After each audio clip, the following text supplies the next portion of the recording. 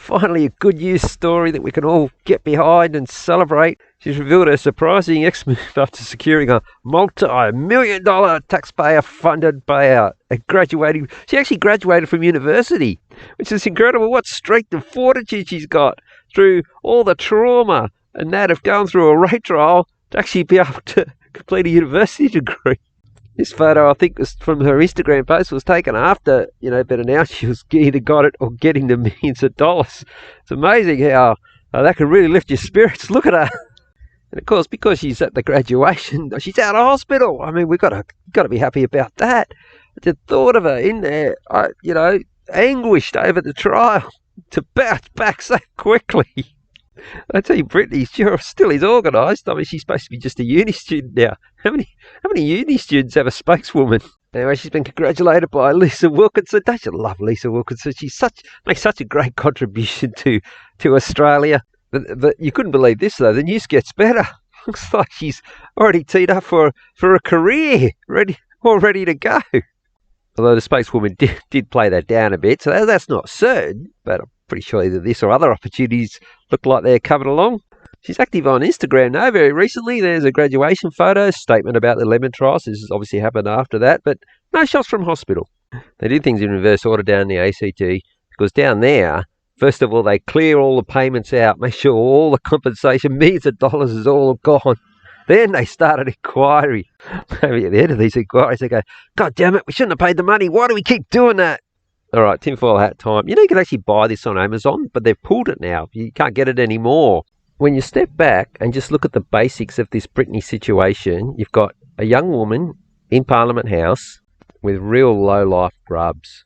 I mean, right, real despicable, and with records, and like Christian Porter, and there are others. One's got one that dossier dates back to 1989. I think they're sitting on that one, still keeping him in line. If this was just between two employees, there's no way they would have gone to all that trouble, run this whole shit show, and pay her out millions of dollars. There's a lot more to this.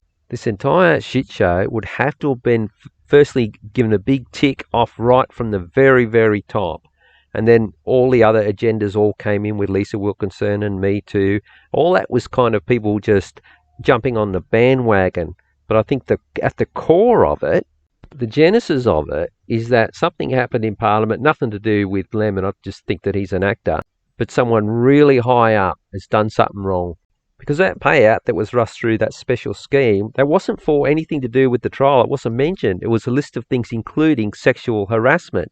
So I think this whole show trial was just a big distraction. I think she'd already teed up an amount that she wanted. She named her price, and they've weighed it up. Perhaps, in these instances, sometimes they whack these people.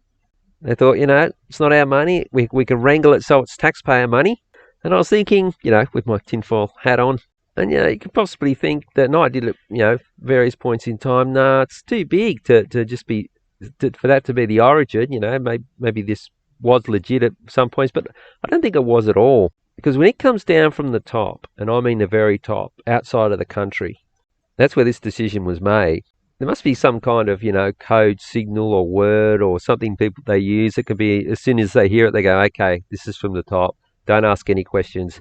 Just go along. And that's judges. That's everybody. And opportunistically, they rolled in some other agendas, getting value out of it. I'll finish up now. I think I made the point. But I guess to summarise, she was, something's happened to her and she realised it was someone really high up. She was clever enough to, maybe get some DNA evidence, something on that person. And she went to the media lately, and look, nothing that confirms it is all the timelines, all these big spaces of time in between occurrences, which is time in which they would have been negotiating and working all this out. So anyway, she's gotten herself out of that crap hole down in Canberra from some menial public servant job, putting up with fucking arseholes. And she's got herself a career already ahead of her. She's got a uni degree. She's got millions of dollars in the bank. In some ways, if that's what she's done, and, that's, like I said, it's a tinfoil hat theory, then you almost got to congratulate her. And the other way I'm looking at this is, I was getting really riled up, and I thought, it's so unfair, and, people are struggling, and now someone who is a quadriplegic, only gets $300,000. That's another reason, not the amount and the speed with which they were shutting this thing down, packaging it up. Fucking, we're moving on. It's all done very, very quickly. And I was like a bit annoyed, but then I think, we got off lightly. There's much bigger fish to fry as far as ripping off the taxpayer. There's a certain medical company that I've got all of their information on, and them and the RBA giving away $400 billion. So I'm not so really worked up, and I'm just emotionally I just get a bit involved. But from a material outcome, well, we actually got off pretty lightly with this one. All right, that's it.